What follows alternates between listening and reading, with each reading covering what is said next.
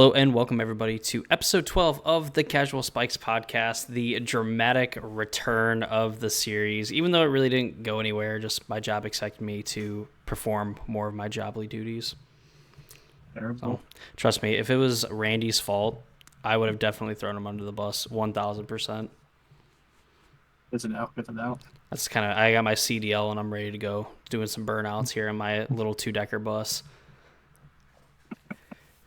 But we're back. We have a pretty sweet episode cooked up for you guys. Of course, the Pioneer RCQ season is drawing nearer to a close, so we're going to kind of go over some of the things going on in the Pioneer format, hopefully to make that final push to qualify for Regional Championship Washington, D.C. And, of course, we are in the middle of a hot Modern Horizons 3 spoiler season, and even with all the leaks and everything going on, there's still some hot cards that didn't get leaked that are looking pretty sweet and look like they could, at least make the modern format a little bit more interesting on top of, other cards that have been leaked, officially being spoiled, and, us letting our wild thoughts kind of run wild. So, Randy, how are you doing? Unban. Just unban the kitties. Make modern great again. You can have Greg, and that's it. I need my instant cascade kitties. Please. You get a singleton kitty.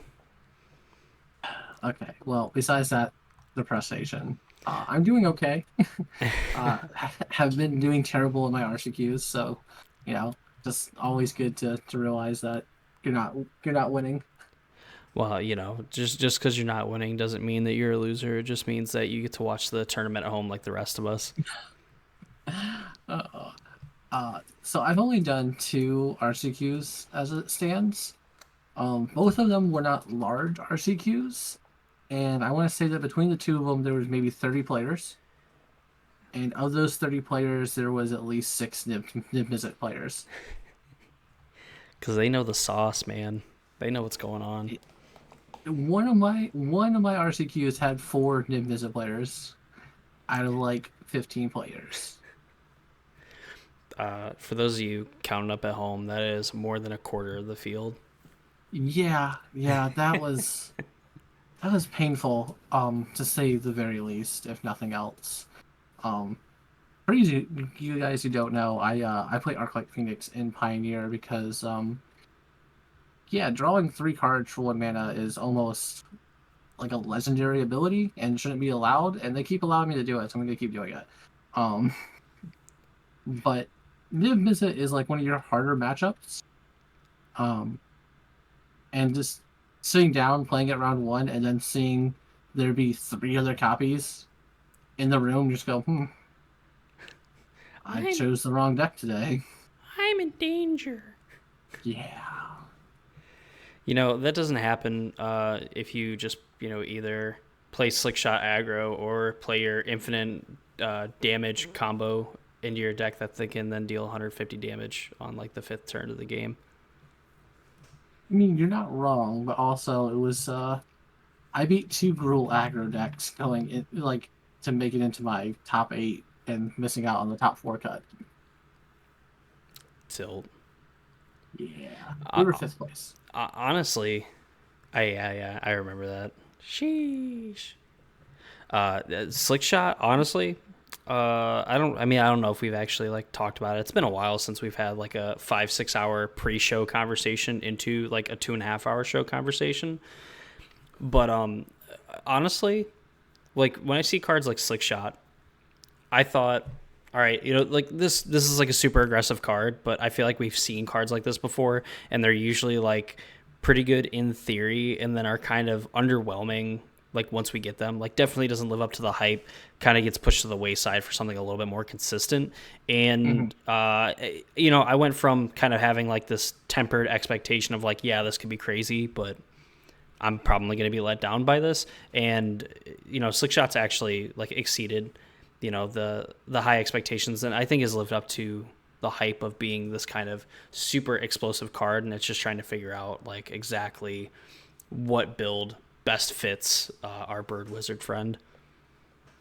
Yes, I think that he is still good. I do think that if you sit here and kind of look, you'll notice that a lot of the slick shot decks have fallen off. Um, or tempered down, right? Like everyone's not playing either wizards or the Gruul aggro deck. People have kind of gone back to their basis. I do think that the biggest problem for the Gruul aggro deck specifically is that Arclight Phoenix kind of just can eat it by itself.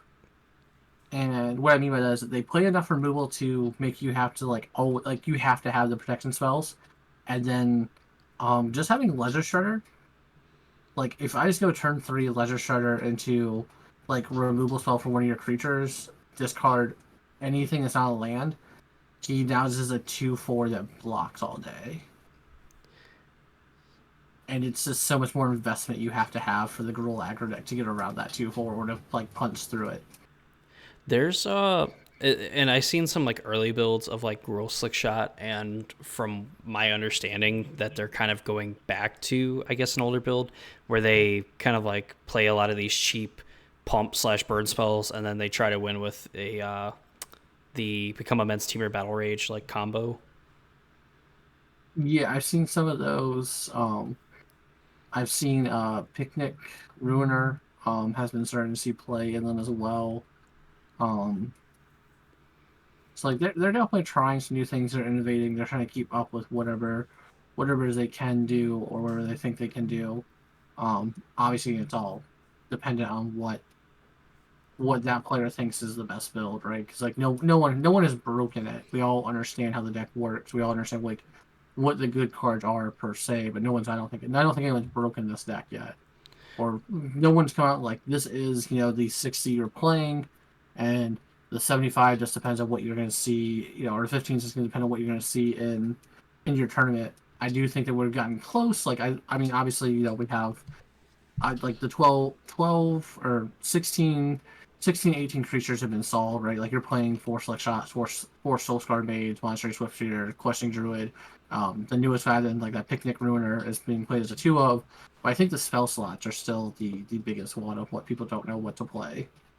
Yeah, I mean, you can definitely tell between like all the unique builds of the deck. Like mono red is just like we're gonna get in there, we're gonna throw burn at the face, and I think I hate to say it because I'm not really that high on the mono red version. I kind of despise it, not because of the fact that it's a I'm gonna call it cheap because you can just like get in a hit with like a few of your creatures and then you can just burn your opponent out of the game and then like that's it.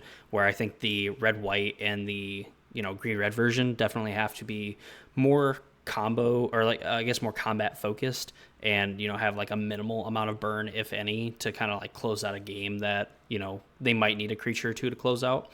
But the mono red version, I think just the ability of getting to burn the opponent out after you get like one good hit in with like a slick shot, to me feels like it's probably the better thing to do, even if I don't kind of like admitting to that fact, because I do like the protection spells and the pump spells and just having access to other creatures that are a little bit better on average than something like a get to lava runner or even just like a soul scar mage. Even just I've been enjoying the red white version.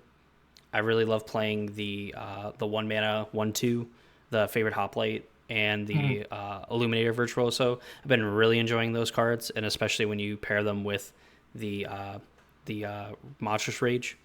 It Yeah. I feel like there's games where I have draws where I feel like I'm just playing a whole different game than my opponent. Where like it doesn't matter what they do. It's like not even having protection spells, but like one of my threats just having built-in protection is nuts. Oh yeah. I have been in the but I think I'm in the minority where I think that the red deck, like if you're looking to take down a tournament very quickly and easily, I think the red deck is the much better version of that. Mainly so if you look at like the top decks, like there don't no one has like life gain, right? Like Rakdos aggro has life gain when it's killing creatures, Hmm. and it has um Vein Ripper on 3, but like if you have Vein Ripper on 3, you're already winning. Yeah, Arclight yeah. Phoenix has no way to gain life at all. Is it artifacts or is it Ensoul has no way to gain life? The other red decks have no way to gain life. The mono green deck that's appearing up has no way to gain life. Nimbizit has ways to gain life in the sense of it plays a It a plays couple Lightning Helixes, and Amalia is just a terrible matchup for you. True. And you know what? It's really infuriating when you get paired against it 3 times in a row in a relatively important like qualifier as well. Yeah. Look, I beat it 2 out of the 3 times, but I'm still going to complain that like when I actually care about playing, I'm like I'm going to try out this version of a deck rather than playing Amalia, and then I'm stuck playing against Amalia as the aggro deck. Well, welcome to how the rest of the metagame feels. I mean, I guess, and that's kind of where I lean towards playing like the red white version because like it has the pump spells to kind of like trick the Amalia into continuing to go off, but then you also just have like the indestructible spells as well that are really good in like every other matchup, and I guess even technically in that matchup. But then you can also just force a draw in that way. Yeah. So No, I mean, I'll go ahead. I'd say it's why Boro's aggro deck is so played. Is played as much as it is it has the bonus that the Gruul and the red deck wins deck doesn't really have, is whereas it can sit back and present a lethal attack, and it can also say, all right, well, you're gonna go off and kill me. I'm gonna make your wild growth blocker indestructible. Would you like to call a draw now, or do you want to go through your whole deck? And hey, if you're playing on Moto, they have to go through their whole deck too, so it's Yes. kind of a bonus. Moral of the story: win your games, keep the nut draw sevens, and then you don't have to really worry about Amalia doing its thing. But I can definitely know that if I don't have like a turn 3 win or a way to put my opponent to like 2 life super early on, I am definitely like holding up spells like on their turn and just like chipping in for damage until I can win the game in one shot. Yeah, that's what you have to do with the Boros version. Molly is just busted. I really should be playing that deck. I should have just committed to it. Oh well. Just a filthy aggro player now. But I will say that kind of the only big surprises I think we really have seen um, throughout this RCQ season is that is it artifacts does not go away. It seems to be persistently showcasing and coming up and doing at least some kind of numbers and doing well. I know I lost to it in one of my last RCQs. Um, in a close 3 games. It's definitely not like an auto lose or auto win for Phoenix, but it is one of those things where like either side can run away with the game pretty easily. And excuse me, after sideboard it gets really interesting because I have to answer your legislator. So Mm. it's like this weird board state you guys will both kind of like set up on whether or not you can do it, can't do it, things like that. So it's an interesting little like micro game of a game essentially that you have going on, as well as for whatever reason, Mono Green Devotion refuses to die. I'm fine when Mono Green Devotion gets to play with a 60 card main deck and not a 75 card main deck. Yeah, it still feels bad. I just lost to it yesterday, 2 days ago, um in one of my leagues. I was playing the creativity deck with the new dinosaur. The Volborn Tyrant. Yeah, and game one, they just like, hey man, I made 400 mana. Do you want to concede yet? And I'm just watching the board continuously get bigger and bigger and bigger.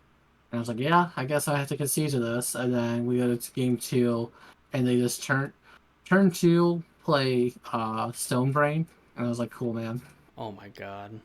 I just conceded. I like just snap conceded, and I like dropped from the league after that. I was like, I'm done with Magic today. I don't think I've ever been as salty as that league has made me because I lost to Mono Green Devotion, and then before that I lost to Amalia combo because I was just I I made I made so many game mistakes. I was like, I'm so glad this isn't like being recorded or streaming or not, because like I would just have a million people. My channel would have been blowing up because people would have been coming to make fun of me. Hey, you know what? I got you covered, Randy. Just show them my attempted stream of playing Lotus Field, and then like everyone will immediately forget it, and they'll come and rob my house or something. Yeah, so like it was rough out there. But yeah, so Mono Green Devotion refuses to die for whatever godforsaken reason. And then Niv Misery Reborn has definitely been on the uptick and doing well. Um, Kind of just preying on the Rakdos and Art like Phoenix decks. I think for the most, we're seeing the aggro decks, like the Gruul and the red decks, kind of like falter away and go down in playability.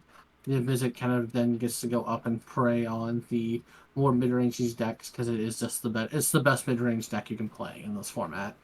Mm-hmm. It turns out that having a 5 mana 6/6 flyer that also draws you like 3 to 4, like between 3 and 5 cards every time you cast it is really good. Oh yeah, Yeah. that's the way to win the mid-range mirrors, is just kind of go like over the top of your opponent who can one up the other. And while turn 3 Vein Ripper is pretty sweet, a deck that is full of answers for a card like Vein Ripper on top of just these pretty cool synergies with things like Bring to Light and the many different builds and flavors of kind of like these 5-color Niv decks, just kind of make it Rakdos mid range, or Rakdos Vampires, excuse me, just food, just food. Yes. So it's not like a 90-10 matchup. I will say that if Rakdos gets to go if Rakdos goes turn 3 Vein Ripper, it does make it to it puts a clock on Niv Mizzet. And if Niv Mizzet gets to go turn 2 into Sylvan Caryid, their hexproof creature, it's usually just game over. Because Niv Mizzet can then answer Vein Ripper, and then we'll continue to just answer all their like 3/2s and 2/2s and things that don't matter. Oh yeah, just get absolutely ran over by our Yeah. 5-color overlords. Yeah, when it's like if you have nut draw versus nut draw, Nip Mizzet wins every time. Um, and then even when Rakdos has its nut draw, Nip Mizzet can still just like win. Very It's not true. just out of the game, True. It gets to which is go ahead. which is very depressing.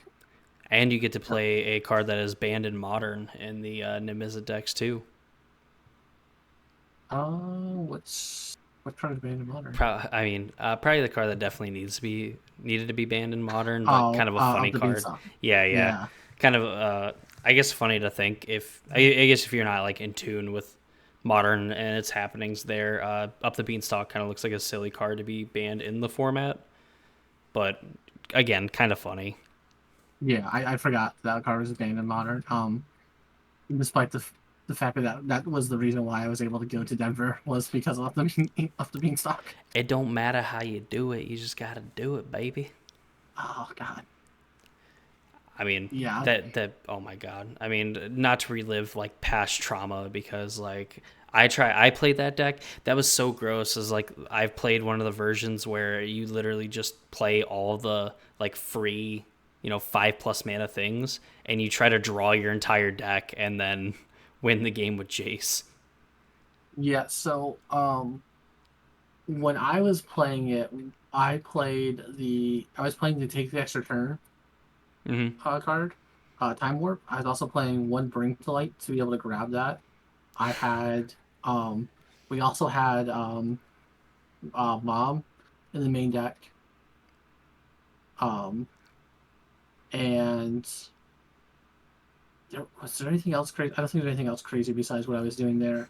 But in my RCQ that I won, my one friend had like, yeah, man, have you seen this like Up the Beanstalk deck? And I was like, yeah, I've seen it. Oh, we were also playing the Cascade. Like we were cascading into Up the Beanstalk. Oh yeah, like the Shardless Agent and like Bloodbraid Elf like Yeah, bullshit.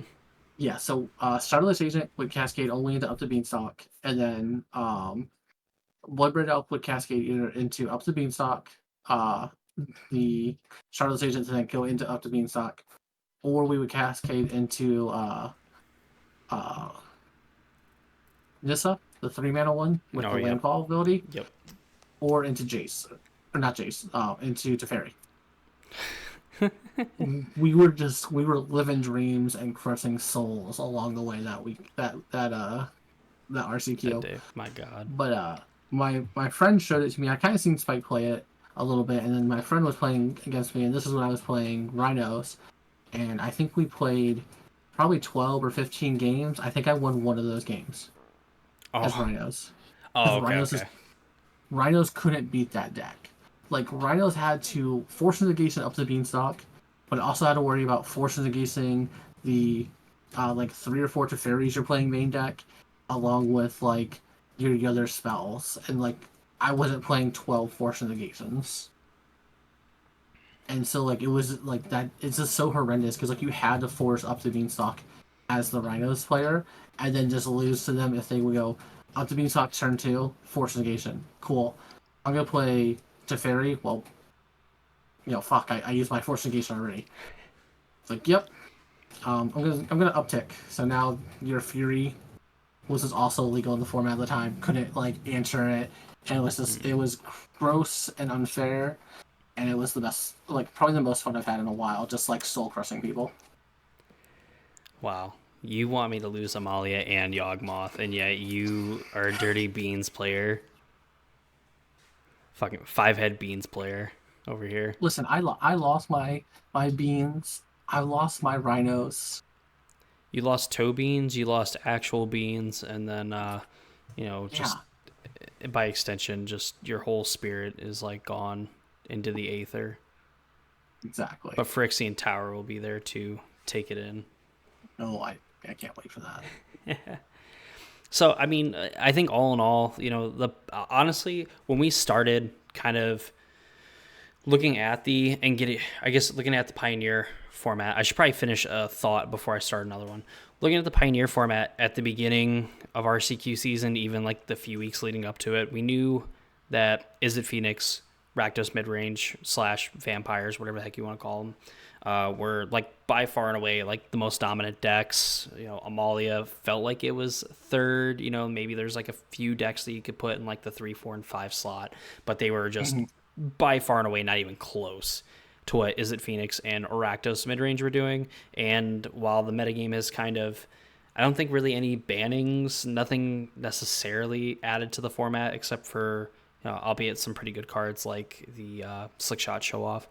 The format has kind of stabilized, and if you look at some of the stats from like the last, few weeks to like the month, the metagame is actually pretty close, all things considered.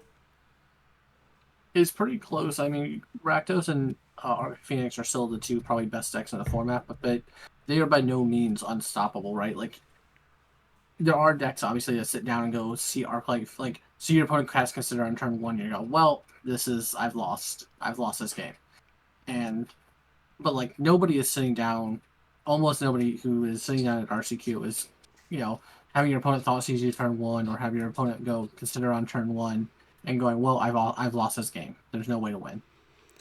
Like they are two of the most consistent decks to play by far, but they are not the only decks at all to play. And we see it week over week where we have different decks taking down challenges. I'm sure if you pay attention to your local game stores and things together running RCQs, I can guarantee you it's not everyone around you is winning with either vampires or phoenix. Yeah, I mean, definitely at the start of the RCQ season, it's kind of like the movie Dodgeball, right? Like, Izzet Phoenix and Rakdos Vampires were definitely like Globo Gym. They were just like, they were better than you, and they knew it. Not even close. And, Oh yeah, everyone else was like average Joe's gym getting beat up by the Girl Scouts or whatever. And, yeah.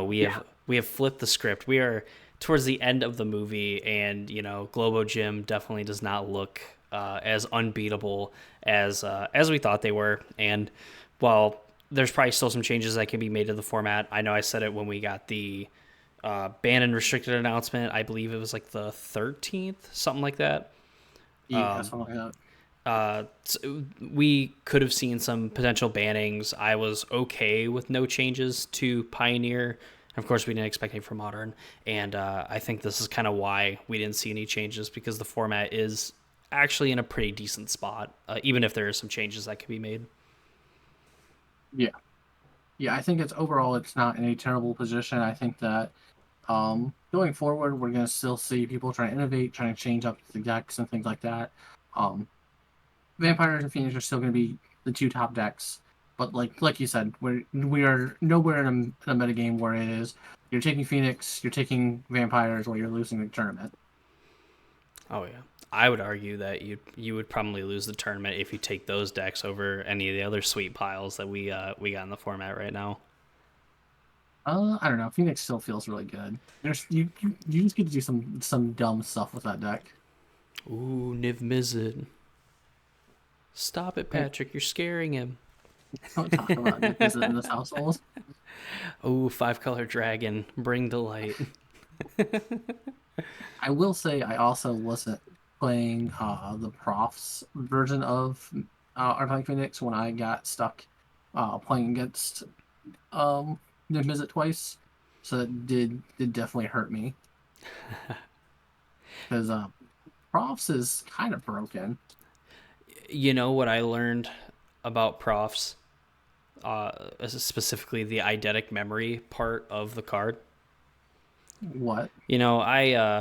I'm by no means a smart man, but I never was really that curious to figure out what the term eidetic memory actually meant. But then I had it inadvertently explained to me thanks to the show Young Sheldon. Even though I've never watched an episode of it, I've watched so many clips of it, so I feel like I've watched the Gotcha. series. And he references having an eidetic memory, and I was like, oh, you know what? That kind of makes sense. So, a fun fact. Yeah, I mean, having prof definitely feels like you have a photographic memory. You just kind of feel like you know exactly what you need to draw when you need to draw it, and we'll just draw it like that. You remember all four lands that you drew, and then you're getting to put three counters on this bird.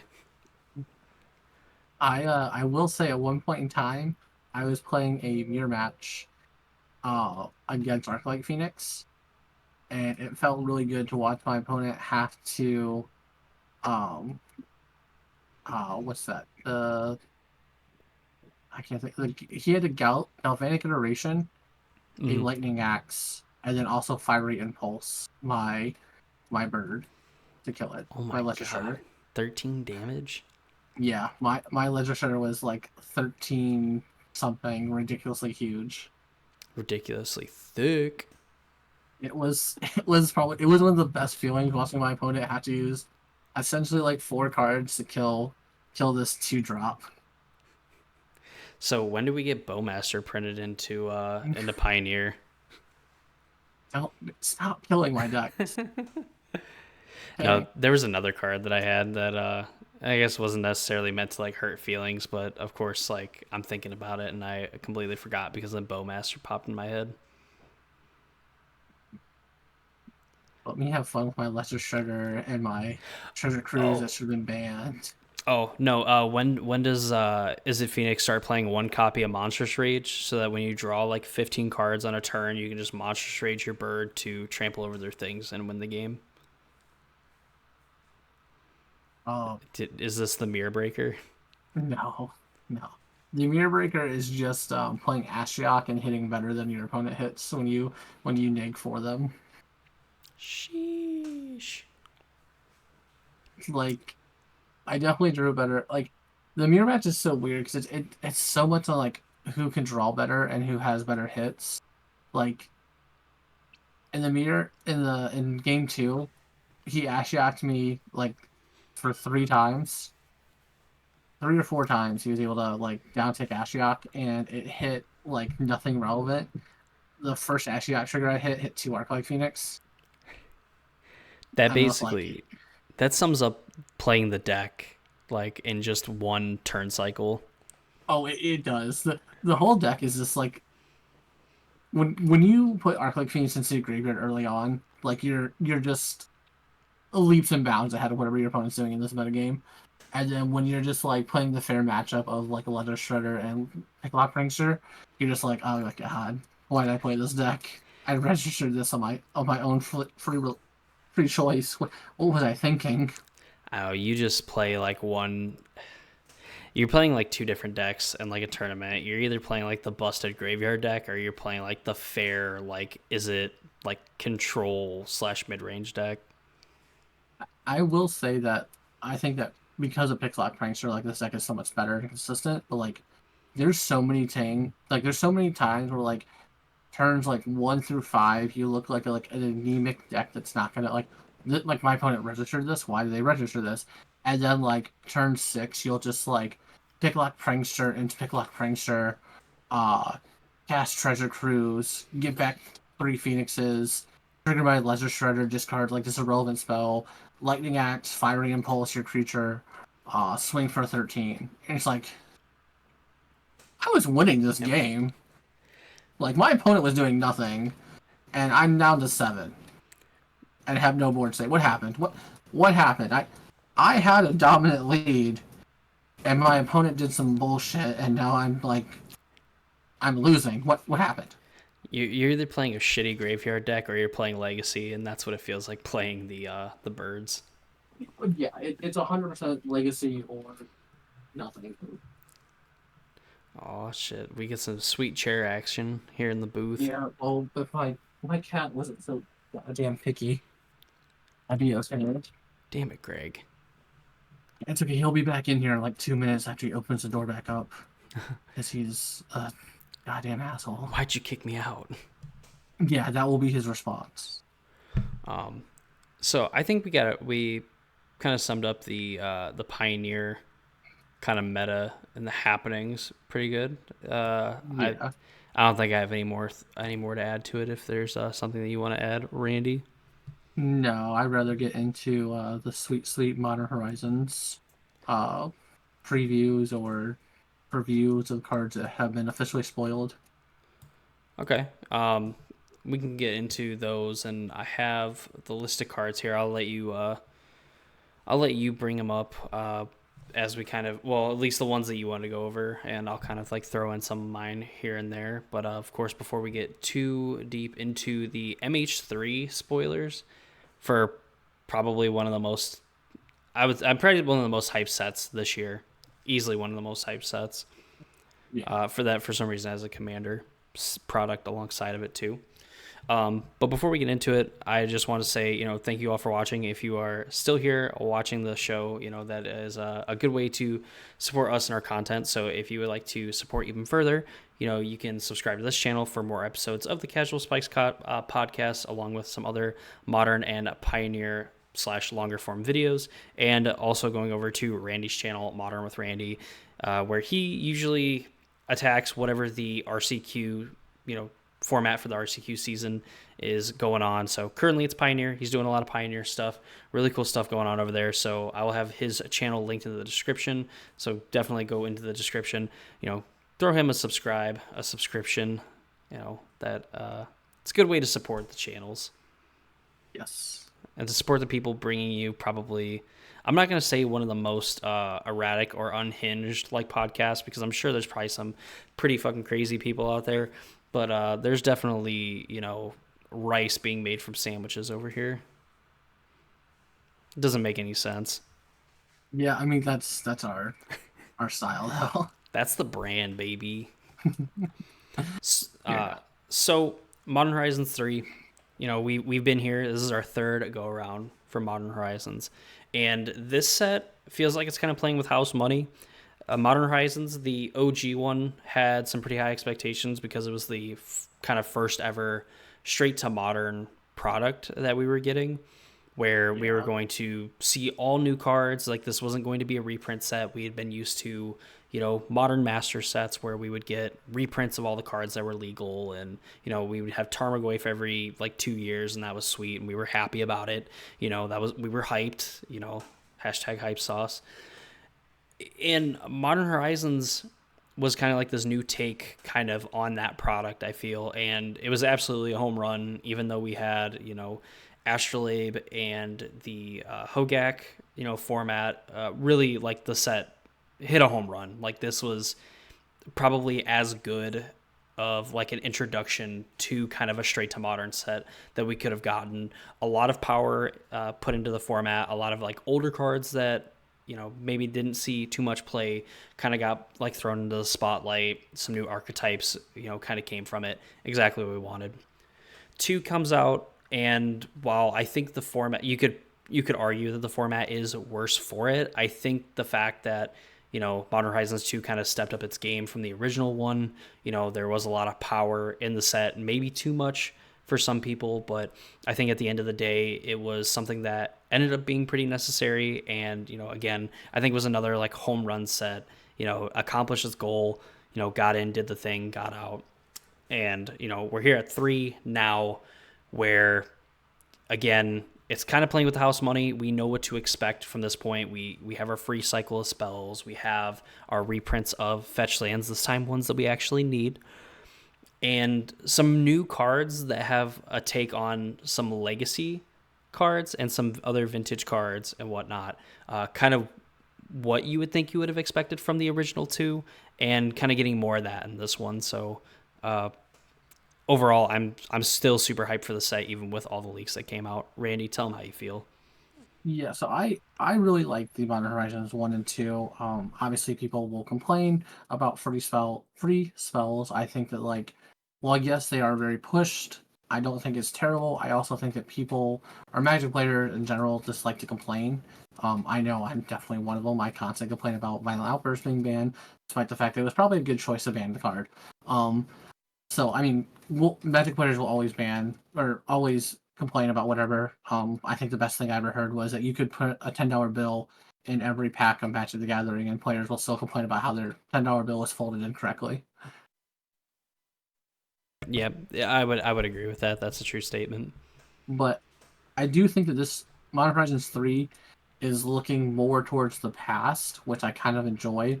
Like there's been a lot of like cards that I thought should already be in modern, or some that I thought were already in modern, like Deep Analysis. I thought was already just a modern legal card.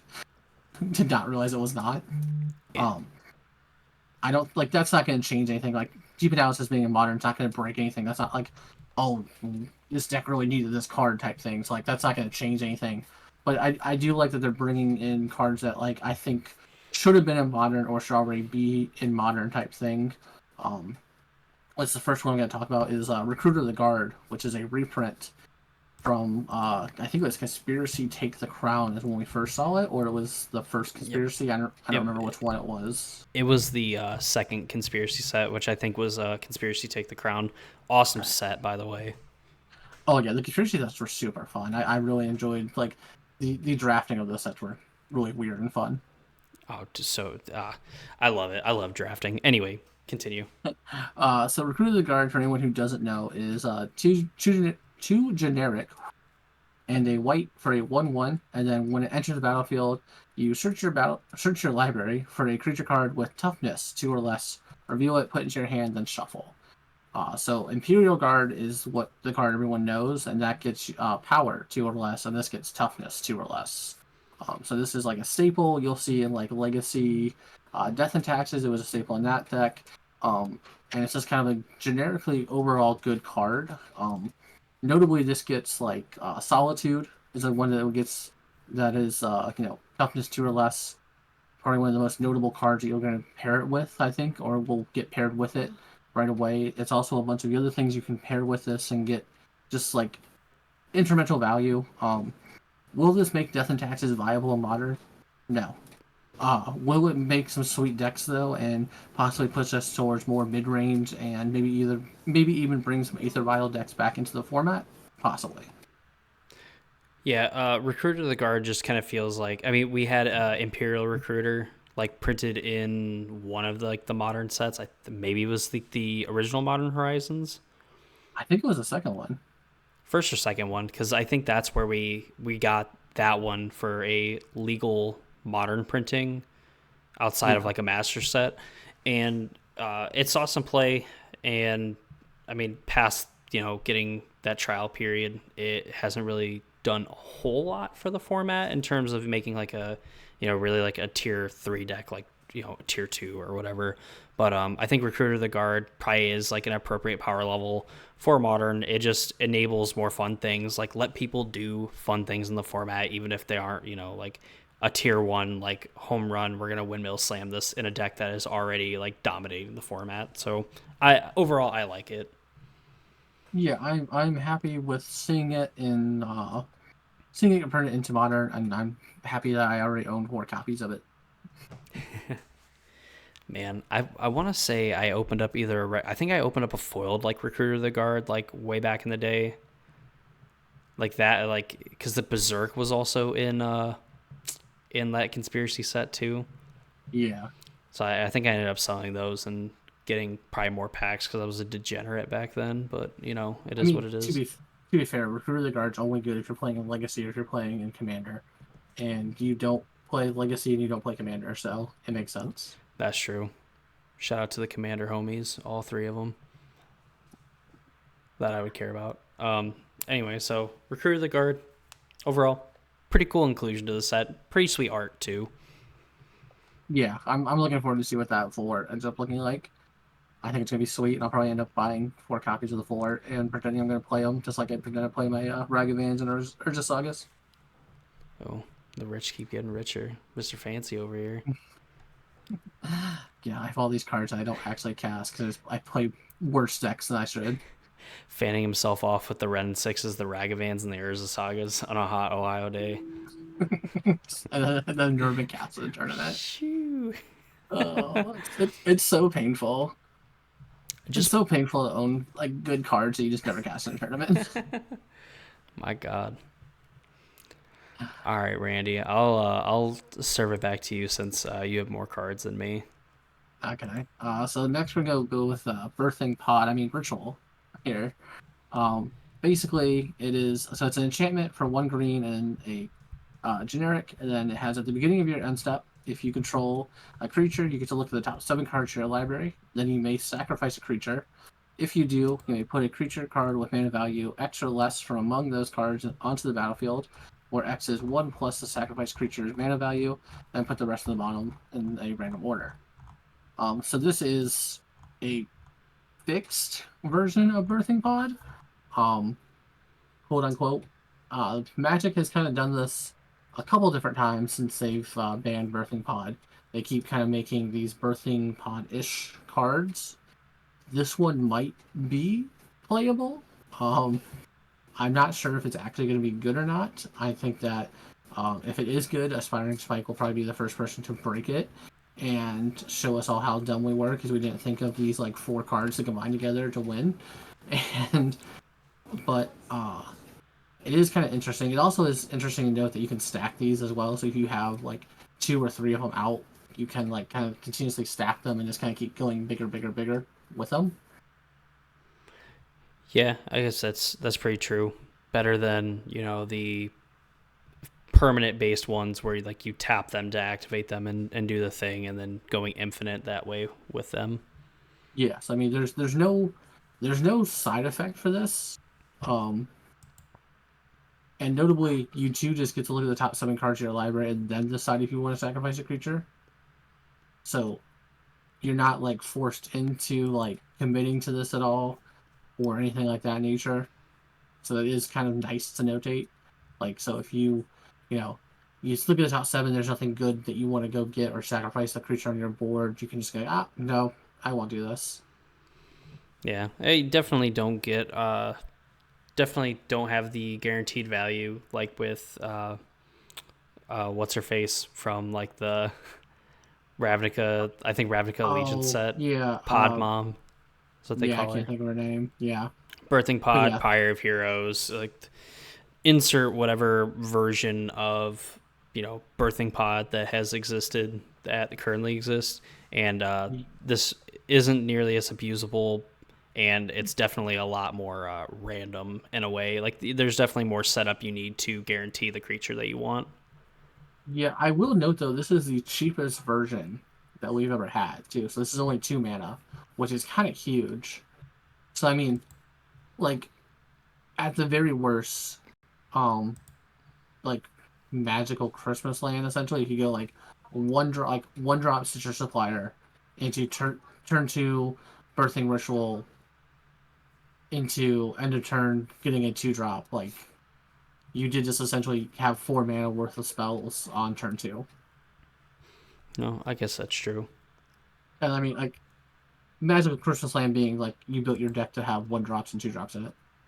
Like, Yeah, so it's yeah, not it's not anything like that's not broken, right? But like that is something to notate. There is a lot of good like ETB and dying effect creatures, so like that could be something we want. There could be a deck built around this. Obviously, like I'm not thinking of any deck right this second that wants this card, but I'm also not someone who brews super well or is working on any kind of deck that would need this. Yeah, I'm kind of underwhelmed by Birthing Ritual, and usually that can either scare me in a few weeks whenever we actually get the set fully released, or I'm gonna be kind of like I kind of figured. It's all gonna depend on how people want to build their decks. I'm sure Mhm. probably stacking it in multiples to kind of like build that chain, because that's kind of where all the pod stuff gets its power level from. Is like, sure, getting to go up one is like fine, but getting to go up and up and up and up multiple times in a turn as well to kind of combo and kill your opponent is has been the recipe for success here lately since the banning of birthing pod in modern. Yeah, so I do think that Birthing Ritual is either going to be like I think it's going to be either a dud or we're going to be talking about how like maybe this card should be banned, and I think it's going to fall more towards the dud pile. And I think it's going to be maybe like a tier two, tier three deck that's going to like spawn or help make better. But I could be wrong. Obviously, I think it has enough interest to me because it's so cheap, it's so versatile essentially to where you're not ever committing to it. Yeah. Yeah. Excuse Okay, me. I can see that. But like I said, it could be one of these things where like we come back in 6 months and we're like, hey, remember how we talked about birthing ritual? God, were we wrong?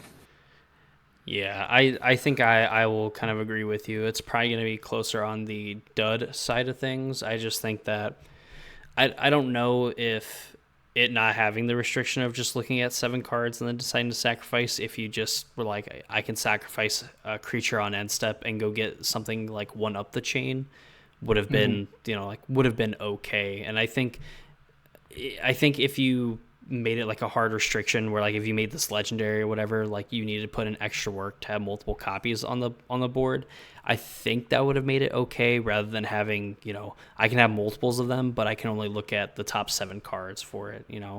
I think the former makes it just a little bit more playable and possibly doesn't like break it, where I think the version that we have right now is just kind of, is kind of underwhelming to me. Yeah, I think that it's not the most exciting card. I think it's very interesting, and like I said, it's either gonna be one of these things where we're gonna come back in 6 months to a year and talk about how remember how people thought this was gonna be a good card. God, were they wrong? Or we're gonna come back and like, hey, remember how we thought this card was kind of meh? Yeah, it's getting banned tomorrow. Yeah, Like, it's on the list. yeah, it's on the list. We were wrong. My Um, goodness. anything you've seen that interests you at all, or So the first one that I'm gonna point out, and you know me, I'm kind of like the fun guy when it comes to things, and I think this card is at least kind of interesting if I can scroll to it and find it, of course, because it has to be a million miles away. Warren Soul Trader. So this card is a black and two for a zombie goblin wizard, which is probably up there with one of the best like creature typings in Magic. You can pay a life, sacrifice another creature, and create a treasure token. While that's kind of whatever, this card is definitely an outlet for something like the like Gravecrawler, since Warren Soul Trader is a zombie. You make a treasure token. You can use a treasure token to cast the zombie, and you essentially just need something like a Zulaport Cutthroat, and you're Mhm. gonna, just like the Yawgmoth decks, where like Cutthroat kind of negates the life loss, and you get to kill creatures and ping your opponent or whatever. This is gonna kind of get to do the same thing. You can do it with the Blood Artist and whatnot, and you kind of have like that 2 card combo kind of rolled into itself, and you just get to play straight up, just straight black instead of having to play green or something to that effect. Yeah, it is. I do like this card. I think this is also one of those things where I think it's either gonna show up in some kind of like weird combo. Um, it almost might see play in the like Insidious Roots type decks that kind of run around. Um, with being able to have a good like a good sack outlet that also pays you off with mana. Oh yeah, playing this with like roots and stuff. Even if you do it like 10 times, you just put like a ton of power on the board. Yeah. So it is interesting. I like this card. I think that like this is again one of those things where like this is one of those things I think a lot of people are gonna overlook, like this card, and then like 2 months down the line, you're just gonna see like a challenge get blown out of the water with this deck or like with this card as a four of in something, and people go that card was printed. True. And again the fact that just between this and Gravecrawler, it's like it's a 2 card infinite combo, and then you can just kind of figure out how you want to kill your opponent, whether it's creatures dying, things leaving the battlefield, things entering the battlefield, what have you. Like this has just kind of like combo piece written all over it, if not like a free sack outlet that is also going to give you mana to potentially then play bigger things or what have you. It just kind of does a little bit of everything. Yeah, and it's not a free sack outlet obviously because you do have to pay a life, but yeah, it is. I think it is good. It's gonna be interesting to see what happens with it. I think. Yeah, I will say, and probably surprise nobody, definitely not better than Yawgmoth as a sack outlet. Definitely the goat of sack outlets, but this card's pretty good. I like it. Yeah, it's interesting. It's fun. No one's gonna be. It's not breaking the format by any means. But Not yet. no. Gonna go to my card. That's definitely gonna bring back one of my favorite decks or favorite archetypes, and definitely isn't helping him at all. Wirewood Symbiote. Tilt. 1 green for a 1/1 insect. Return an elf you control to its owner's hand. Untap target creature. Activate only once each turn. We got elves, baby. You know, This oh, go ahead. See, this card is 100% copium. The elf deck is not coming back as Don't much as I want it. don't talk like that. We're here for it. Wirewood Symbiote is a awesome reprint that was in Legacy, or only basically available in Legacy, that needed to be reprinted into Modern about 6 years ago. You know, I think elves would be. I mean, and we've talked about like Glimpse of Nature being a card that could be like unbanned and like elves immediately gets a boost. I think that's the only thing holding elves back at this point is the fact that it needs some form of like card advantage. And I mean, this kind of solves the problem with things like Elvish Visionary and being able to like loop it and potentially generate tons of mana. Mm-hmm. But we still need Glimpse. We need Glimpse. I'll probably try to put an elf deck together, at some point, and watch as someone casts grief into scam, into Bowmaster, and I just go, fuck this deck, fuck your deck, drop it from this league. I'm done with this. And fuck those So 10 tickets I spent on the league. yeah, very much looking forward to just wasting some money later on. Yeah, I did a short on like Wirewood Symbiote. I've always liked Wirewood Symbiote. I always loved the elves kind of like archetype and things like that. And it is definitely a ton of value now that we have like this. We have Quarian Ranger. I mean, we talked about it. You basically have like 90% of like legacy elves. You're just missing obviously some big ones like Cradle and Allosaurus Shepherd. But I mean, you basically have the deck. Yeah, I mean Cradle's honestly the only big thing. Like Cradle, Allosaur Shepherd, and Glimpse are the only 3 cards you're actually missing. That being said, like one we're never getting Cradle, so like Yeah, that's a non-bo. But like it is one of these things too, where like I just don't think that we're ever going to. I don't think Elves is powerful enough to consistently do well. And also like Elves just kind of has like this issue of like they just kind of lose to certain decks like almost automatically. So like Spider Spike did kind of work on Elves for a hot minute, and he kind of showcased like he's kind of you auto lose almost to like Live Again, which has been doing well in Modern right now.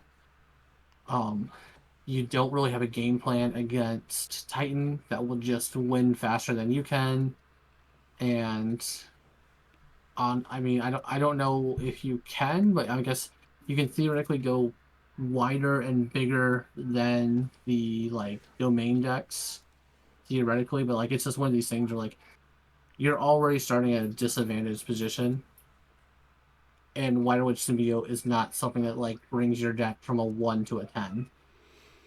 Yeah, you can maybe grit and grind a little bit better with Wirewood Symbiote. Again, just kind of getting to like loop some of your elves to like draw cards and try to get that card advantage that we talked about. Where I think elves definitely struggles a lot, and there's just not a lot of decks that want to play a longer game, and they're not going to give elves enough time to like set up and generate a ton of mana and just overrun your opponent. Yeah, that's the problem we're at is that Elves doesn't necessarily come off the gate fast enough or powerful enough because like even like your dream hands with elves, like unless you're just burning through your entire deck, which like you can do kind of with some different setup and stuff, and there's another elf card that got spoiled that is good um for the deck.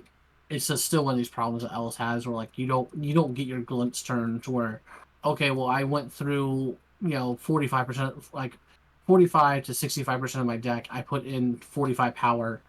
You need to answer this next turn. Like your turn needs to be board wipe or you lose. Hmm. Go. And like you're just not doing that consistently enough with elves in modern. Sorry, Wirewood. Neat card though. It is. It's a great card. Like I said, it is something that needed to be printed into modern like probably 6 years ago to make elves playable. That's true. I don't even think elves was necessarily that bad. Like around like towards the end of like the pandemic. Like I So would. I mean, there's been like a few tournaments I went to, albeit like local ones, where there was a few people playing elves, and it was like it was okay. Like it definitely looked powerful, played powerful for the time. so the problem with elves too is there's so much hate in the format for elves that like elves is like that. Elves is like dredge, right? If it ever gets big, people just go, "Oh, rest in peace, graveyard hate. Let's go." Mm-hmm. And then you're just like, "Oh, cool. Can't play this deck this week." And the same thing with elves. Like elves still has to deal with plague engineer, um that just kind of like that literally just hoses the deck down. And then you still have Ren and Six that's playable. You still have Bowmaster that's playable. It's all these things that kind of like add up to where like just X ones are not good. Yeah, and that's kind of the problem we've always had too, for a while anyway. Yeah. Um. So next card, the other one that, or well, one of the few that I wanted to talk about was the card Strix Serenade. So Strix Serenade says counter target artifact, creature, or planeswalker spell. Its controller creates a 2/2 blue bird creature token with flying for a single blue mana.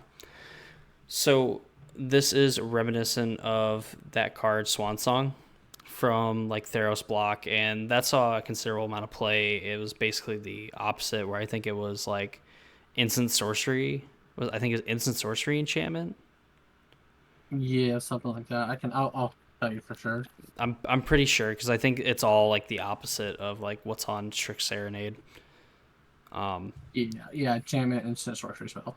And that was, I mean, that was pretty good. I mean, blue decks wanted to play it anyway as like counter spells, and some combo decks as well because they didn't care about giving you the bird, because they were just giving you the bird. And this, or I guess maybe a swan. No, it was a bird. Anyway, doesn't matter. Strix Serenade just being like a cheap counter spell. We are seeing these creature decks. The scam decks are still pretty popular. So this is like another answer to scam. This kind of like goes into the artifact spells, where again we're seeing something like affinity kind of creep up in power level. So this is like a card that you could play against scam, and while it would be the same, well, technically worse than like Stern Scolding, it then kind of goes into some of the other like tier 2 decks that everybody just wants to run around and play with as well, while again still being used for its intended purposes. It just has that added flexibility. Yeah, I will say that I think creature has become a much more powerful threat, right? So like when I first got into Magic, like a lot of it was like your spell, like spells were like your bigger things you wanted to counter. Um, like you had a lot more, like the spells were what was killing you, not the creatures. So much to say, like, or you didn't have like the free creature spells we have now with like, solitude or endurance, scam, things like that. So I will say there is a world where I can see being able to counter, a creature and give them a 2/2 creature instead, which is gonna put you on, a 10 turn clock instead of, like a 5 turn clock and steal cards from me or answer my cards. It's a lot better. Um it will be interesting to see if any deck is truly wanting this, because there are so many good counter spells nowadays as is. Um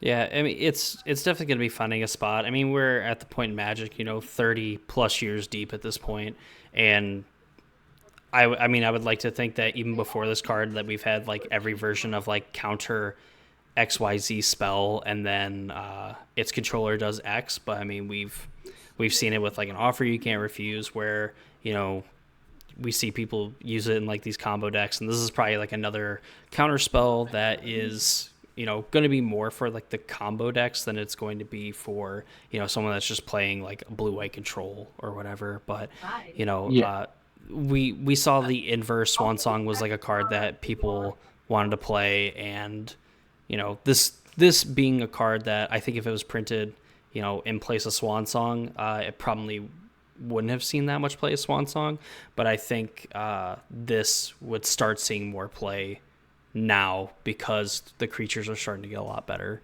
in the format. Yeah, I definitely think this is something that we can see seeing play in some type of deck. I don't think, obviously, like you said, it's not like blue light control is not going, all right, fit 4 of these in my deck right now, you know. So I do think it's interesting to see what happens with this and what kind of deck picks it up. It might even just be like a sideboard card at some point instead, but I am kind of curious to see what happens with it. Oh yeah, just a solid spell. Nothing A crazy. solid dude, if you will. Hey, you can cast this on the solid dude. Exactly. All right, Randy, what else you got for me? I got another reprint here in Buried Alive. So it is 2 and a black sorcery. You get to search your library for up to 3 creature cards and put them into your graveyard, then shuffle. Oh yeah. So the first thing that probably most people thought, if they were familiar with Legacy at all, is Phoenix. This was kind of a common thing with Phoenix um, in Legacy, especially because you have Dark Ritual, so you get to go turn 1 Dark Ritual, Buried Alive, put 3 Phoenixes in the yard, play some kind of zero cost spell like Gut Shot or I think Ataxian Probe was already banned uh in And Legacy. in Legacy when this thing would happen, but like insert free spell, play it, get back 9 power, attack for 9. Obviously, we don't have Dark Ritual in Modern yet. Not yet. Um, but I do think this is going to be at least somewhat decent or like somewhat interesting. It does help kind of go along with those graveyard strategies that we have already going on. It will be interesting to see what deck kind of picks this up, or maybe something like Dredge picks this up even, or some like insert deck. I could even see like you could almost even have like a Vengevine deck pick this up as well, putting Vengevines into the graveyard. There's a bunch of different applications this can be. I think this is going to go great in a lot of like tier 2 decks, tier 3 decks, and make them maybe more consistent and more playable. I don't think this is going to break the format by any means, but I'm curious to see what happens, what people do with Buried Alive. Oh yeah. Buried Alive is usually a card people aren't playing unless they're doing something extremely unfair, and who knows? I mean, I could see maybe as like a one of in some of these like reanimator type decks where it's just like I'm gonna put 3 threats in my graveyard. If you can somehow, you have to nuke the graveyard essentially. Like if you're only gonna go one at a time, then that's gonna give me plenty of time to bring back like the second best one of them, and usually that's gonna end up being pretty good. So interesting to see what happens. Yeah, I'm curious to see what happens with this. I'm curious to see what will happen with it. And like I said, I'm interested to try and toy around with it. There might be a Phoenix shell with this too, because it's very easy to, um, magical Christmas land on turn three. Just go, metamorphose into buried alive. Go to my combat step, get my three Phoenixes back. Yeah, I mean that's it's pretty good in itself. I mean, like following. I guess you have to go like Desperate Ritual or something like that. Manamorphose this, and then like fits the at least for turn two Yeah, for like a fits the turn bill. two. So I But I mean, mean, yeah, like I said, we'll see. We'll see what happens. Um, I'm not sure if that's what's going to happen with it or not. I'm sure as Fighters Fight will definitely put this in Phoenix at some point in time. I look forward to seeing how he builds it more correctly than I do, because he's kind of the one person. He's the person who kind of started the whole Phoenix list in Modern originally with Faithless Looting and things like that, and has kind of the only person still playing Phoenix every now and then in Modern. So it's always interesting to see what he does with that deck. yeah. Just as like a final thing, and I guess I think to reiterate on, nobody has ever done well with Buried Alive by playing it fair. Yes, yeah, no. Your opponent casting Buried Alive does not mean they're putting in, like I said, you could put in three Vengevines, and that's probably the most fair thing you can do with Buried Alive. True, and that's still 12 power, potentially like 12 power put into play. Yeah, listen, here we go. Turn three, Buried Alive into Ornithopter Memnite for 12. Booyah! See ya. Or we'll put Buried Alive, uh, Vengevine, Wonder, have our island, attack for 8 power flying. Huh? Huh? I mean, I would say that you're cooking, but the stove is definitely turned off on this one. Yeah, I really want Vengevine to be good again. Well, I guess there's like the sweet promo out there, but I hope for our sake it's not that good, because usually when Vengevine's good, I feel miserable playing Modern. I'm like, this sucks. My opponent's hitting me for like 18 on like turn two. What the heck am I doing? And then I play Listen, that deck, and then I never see Vengevine, so let me be the degenerate I am. why can't you be normal? Look, you took away my rhinos. I need a way to have 8 power on turn three again. What if I gave you 6 power that stood around for about 10 seconds, but it has a iconic magic card stapled to its text box? I'm interested. All right, good, because then I can introduce you in some Flage Titan of Fire's Fury. It's a lightning helix. So interesting that, back in like Theros Beyond Death, that we got two Elder Giants, and it wasn't a cycle in the set, and then for a long time we did not get any two-color Elder Giants that kind of have like the same mechanic. And Flage is the third Titan kind of in that potential cycle, I should Mm-hmm. say. So it is one, a red and a white for 6/6. If when it enters the battlefield, sacrifice it unless it escaped, and that whenever it enters the battlefield or attacks, it deals 3 damage to any target. You gain 3 life, and then it escapes for double red, double white, and exiling 5 other cards from your graveyard. I've seen people in like subreddits and things like that talk about this getting played in burn strategies. And while I don't think that they are entirely wrong, just because essentially Lightning Helix's text box is stapled onto this card, Mm-hmm. I think it's just kind of like an interesting little like aggro card, right? Like a 4 mana 6/6 when you've already dumped your handful of like reactive cards like Lightning Bolt and things like that, and then you get this thing back, and then you get to Lightning Helix something. I mean, this just makes it very hard, I think, for people to race you when you're getting to attack, potentially just take out one of their creatures, gain 3 life every turn. Yeah, I can see Burn playing probably like two of these max, because it's not something you want to draw. Like, it's one of those things you want to draw late game, and you're okay with it, but you don't want to draw too many of them. It is still a on its base rate, it is terrible. 3 damage for 3 mana. Yeah, no bueno. It's like hard casting Rift Bolt, essentially. It's just terrible. True. And easily, as of right now, I mean, between, Uro, Croxa, and Flage, like, this one is probably the worst of the three. Because, like, Yeah, you're either, like, banned out of every format, except for Legacy, or, like, you see Fringe play. So, I mean, yes. this I will. card, go ahead. I think the colors are what makes it the worst, right? Is it being red white? Yeah, I could see that. I think that's what makes it more quote terrible in a sense. Is being red white is not. There's no good Boros esque decks that isn't burn. It's not like you have Scam that plays Croxa, and like they're already black. They already want to be those colors, right? But there's no deck in Modern right now that's playing white red that wants this ability. Hear me out. We play this in 5-color domain. Eh. And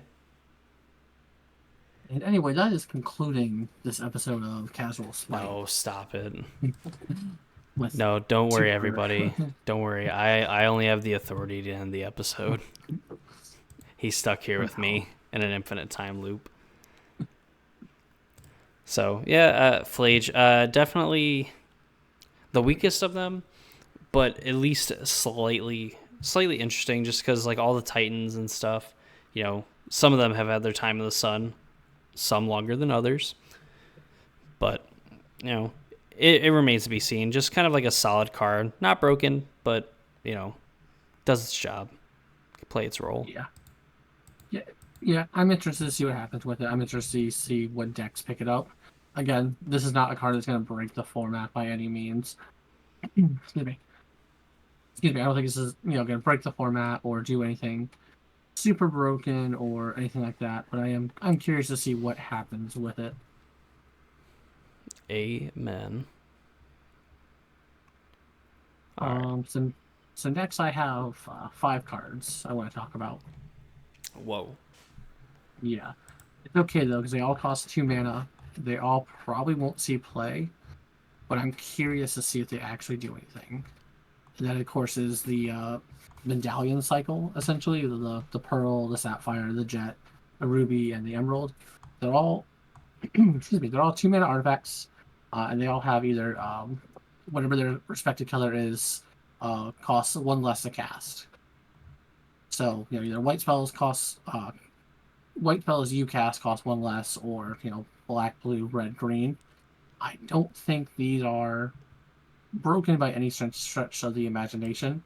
I don't think that we're going to see something crazy about them, but I do think that they're just interesting enough to maybe push through some kind of combo deck or push through some kind of like storm variant.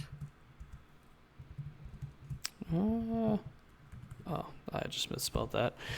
Yeah, I mean, we've seen, like, there's been legacy decks, like, although albeit like very memey, like storm type decks that play like Ruby Medallion or whatever to kind of like reduce the cost of like their red spells.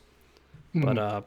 I mean, these are just kind of like, they're nice reprints. Again, probably cards that are, of appropriate power level that can exist in modern. Maybe they do like a cool thing or two, but not expecting them to be format staples by any stretch. No, no, you're never gonna. Let me put it this way: you're never gonna open this card and be happy you opened it in your pack. Amen. I think that's the best way to describe this card. But I am curious to see if anybody does anything with this, or breaks it, or anything of that nature. I'm curious to see if anyone kind of comes up with something or has like this idea that they've been brewing or sitting on, and then because we got the jet medallion, now their deck is just gonna take off and do well. Now their deck is busted. Oh, goodness. Basically. So I have one last card. Probably, I don't know, I guess depending on how people feel about it, and as I try to stall long enough for me to find it, I have Kozilek's Command, which is a kindred. It's a kindred instant, I believe. Yes. I don't know. I can't read whatever language this is. I think that's German. German or French? French. Okay. So this is a double colorless and X card. We had a cycle of cards from like Theros of Beyond Death that were like double of whatever color and X, and you had to choose two. So this kind of following in that trend, except with colorless mana this time. So the four modes that you get to pick, and you get to pick any two of these. Target player creates X 0/1 Eldrazi spawn tokens that have sacrifice, add colorless mana to your mana pool. Target player scries X, then draws a card. Exile target creature with mana value X or less. Exile target cards, exile X target cards from any graveyard. The fact that in something like, we'll say Tron or whatever, because that's just kind of like the resident like colorless deck of the modern format. Getting to like play this on turn 3, not very exciting, but you do get to do it for 5. Scrying 5 and getting to draw a card, and then making a bunch of like O1s or getting to get rid of a decent sized creature on the board is a pretty good tempo, I would say, for like Tron. Just getting rid of something that's going to potentially kill them, while they also get to dig for a threat, or maybe dig for like another tower so they can slam Ulamog on turn 4. Yeah. Also notating that this is an Eldrazi spell, so Eldrazi Temple does also help cast this. True that. And if Ivugan ever gets unbanned, then it will also make it cheaper. Yeah, that's not getting unbanned. But No, yeah, you're exactly right. I do think that we are setting up to try to. It does feel like they're trying to make Eldrazi Tron a playable deck again. There have been some smaller Eldrazi I've seen that look playable. I don't think that it's going to necessarily make Eldrazi Tron a good deck, but I am curious to see if Eldrazi Tron possibly gets to come back as like at least a tier 2 deck as compared to like the tier 5 it is right now. Yeah, that's a good point. That's a good point. Oh my god. I don't know. To me, this is like a sweet command. It's a sweet card. I mean, like, at the very least, like you said, on turn 5, you can get to scry 5, draw a card, and remove essentially their best threat. Yeah, and it seems like with these like sets that are directed at like modern and legacy and whatnot, that Tron usually ends up finding a way to be one of the more played decks in the format. So it wouldn't surprise me if like one or two Kozilek's commands make it in the deck. Like you shave on some threats, because this is going to get to scry into more threats while also getting you some value, making a bunch of like O1s as well. Who cares about them like being able to sacrifice for mana or whatever? Like you could just block with these and they end up giving you an extra few turns, which sometimes all you need to land like a big haymaker and kind of take over the game. Yeah. I will say, I think that if you're going to be playing after Modern Horizons 3 comes out, I would definitely have either your sideboard or main board teched for the Tron matchup. Like, Tron's going to be, I think, everywhere after Modern Horizons 3 releases, just because it's one of the most obvious decks to play, right? Like, it's not surprise. Like, no one's like, oh, what? Tron got good cards? I didn't notice the colorless spells that were good. Yeah, you definitely are not gonna miss a lot of like the good colorless spells in this deck. Yeah, no one's missing the good colorless spells in this set at all. Oh man. Oh, I got one more on the list, Randy. If you're ready to talk about it. Yeah, what's your last one? No, I meant your last one. Oh, The one that okay. you I talked thought you. I about. was like, I thought you only had that one, but I was like, okay. No, Yeah. no. So, mine is to no one's surprise. I think this is a card. I think that of all the cards we talked about, will definitely warp the format to some degree. Phyrexian Tower. It's a legendary land. It taps for a colorless, or it has tap, sacrifice a creature, add double black. So, is a reprint from Legacy. Definitely a very powerful card, and I'm definitely interested to see what happens with this card. Outside of Yawgmoth, of course. Yeah, obviously this I think this selection of Yawgmoth as just like they cut a land and put this one into place of that land. Um, but I think this will breed and do a lot more than just Yawgmoth. Yeah, I mean this like we talked about like Warren Soul Trader, like there's it's a sack outlet that ends up getting you mana, and Phyrexian Tower is going to be another card that is just going to, allow you to sack a creature, get your value either from it dying via, its own trigger or a trigger from something else, generate you mana as well, and just kind of give you some follow ups and things like that. So I mean, Phyrexian Tower has been, a really good card in a lot of the formats that it's been printed in. It hasn't, I wouldn't say necessarily busted unless you count like goblins on like arena and like historic being like busted. But Yeah, it's never a busted card, but it's a busted card. yeah, it does a little, but that little is absolutely a lot. Hmm. And it will be interesting to see what people are going to combo this with all of the um, good die triggers and enter the battlefield triggers we have of like just cheap cards you want to throw away already. Oh yeah, I'm excited to see. I'm excited to see Phyrexian Tower, and I'm really just excited to kind of get my hands on this set. Period, because I mean, so far it looks great. Yeah, it looks very interesting. Looks like we're gonna have a bunch of new things shaking up the modern format. I'm interested to see what kind of comes out on top, what kind of shakes down to the bottom or loses a couple steps because of the new cards. It'll be interesting to see what really happens. And this is definitely going to be the time if you like to brew decks or have ideas of things. This is where you're gonna want to test them all out.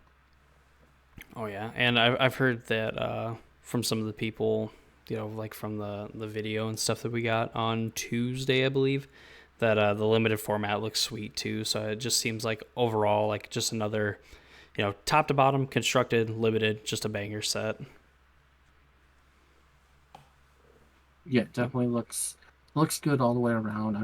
I haven't seen anything that looks super too broken, too just like um gonna just win the game or break the format over. Obviously, we haven't seen the full set, so will be interesting to see what happens, what maybe people have missed already, or what people um didn't think was going to be as good as it is going to be as good as it is. So it'll be interesting to see what happens.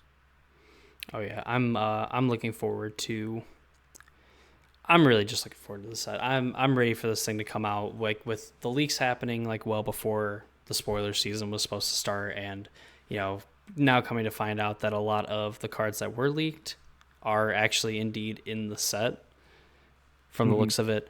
I'm just ready to like actually play with it. Like again, we've kind of gotten to look at cards for about a month to over a month, and I'm over it. I want them in my hands. I'm ready to rumble. Exactly. So, I mean, that's all I got, Randy. Modern Horizons Yeah, looks sweet. yeah, and then obviously these are just some of the cards that we have found that like not everyone's already talking about, basically, because like we know that we have like the one mana planeswalkers we didn't go over.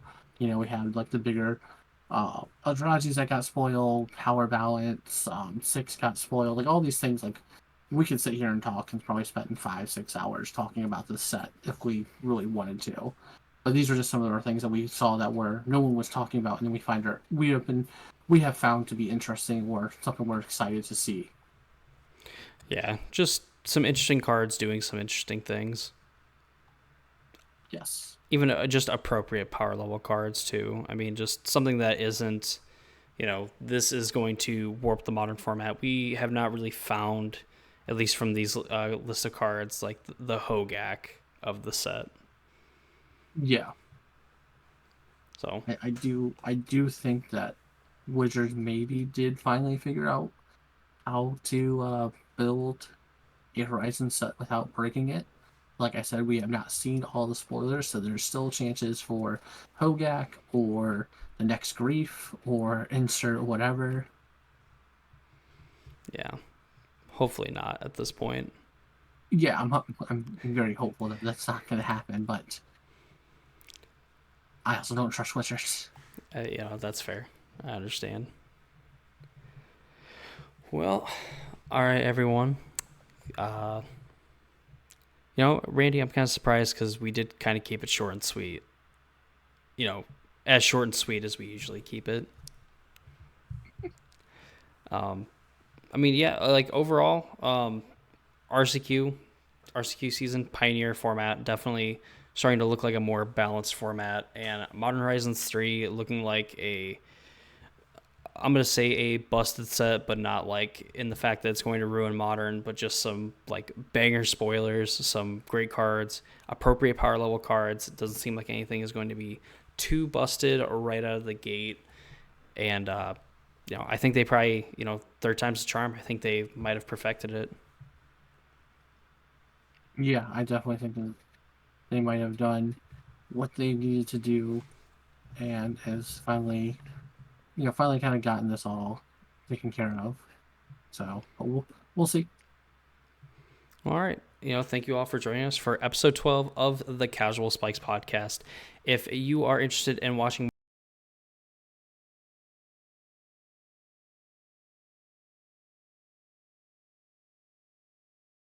we talk about the modern format and the Pioneer format. Some of the regional champions and stuff we've covered as well, some of the deck lists and things like that. So that's going to be something we do going beyond as well when those events happen. So if you want to see more of that, subscribe to this channel, ring notification bell, and you'll get notified when not only my videos go up, but when the podcast videos go up, as well as going and checking out Randy's channel as well, Modern with Randy. I'll have it linked in the description down below, so you can go and find that, where he kind of covers a lot of whatever the current RCQ season is. So if you want a lot of like up-to-date information on decks and things like that, definitely go check out his channel as well. So that's going to do it for me. I'm Dakota. That's Randy. We will catch you all at episode 13, which I hope does not take 2 or 3 weeks to come out and my job learns to kind of get their shit together and they don't need me. So, see y'all later. Bye.